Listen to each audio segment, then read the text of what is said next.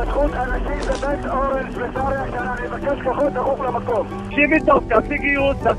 אנחנו מבצעים גיוס, מרזק, אנחנו מבצעים גיוס. תעלי לי פה את החפ"ק מיד, תעלי לי פה את עלה למעלה חפ"ק, מרזוק. חפ"ק מהסטודין, אני צריך לפה כוחות לבית אורן, קיבלתם? בתחנת משטרת חיפה, נמצא שם בפנים אנחנו עושים פה את תעלו למעלה, המשרפה משתי צידי הכביש, אני כבר לא יש נקודים בשוויצריה הקטנה, שכבר חלק התחילו להיפגע, לשלוח כמה שיותר מהר צוותים.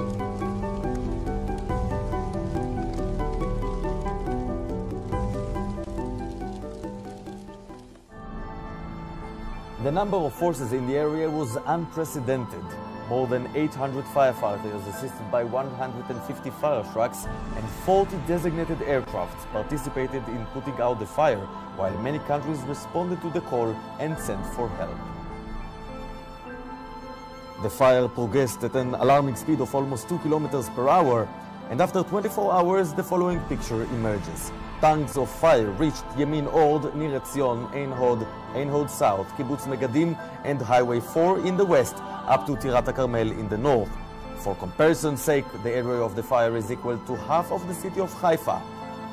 Kibbutz Beit Oren, which overlooks Death Bend, is in the middle of the fire. All odds are against it.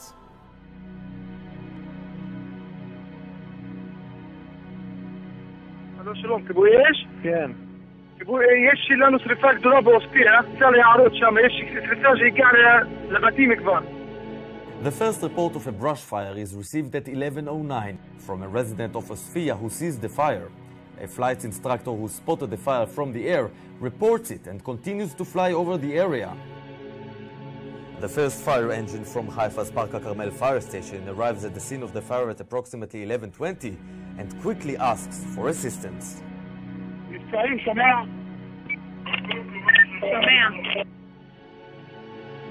מים, שתים למקום, יש רוחות, ותפס את כל החורש.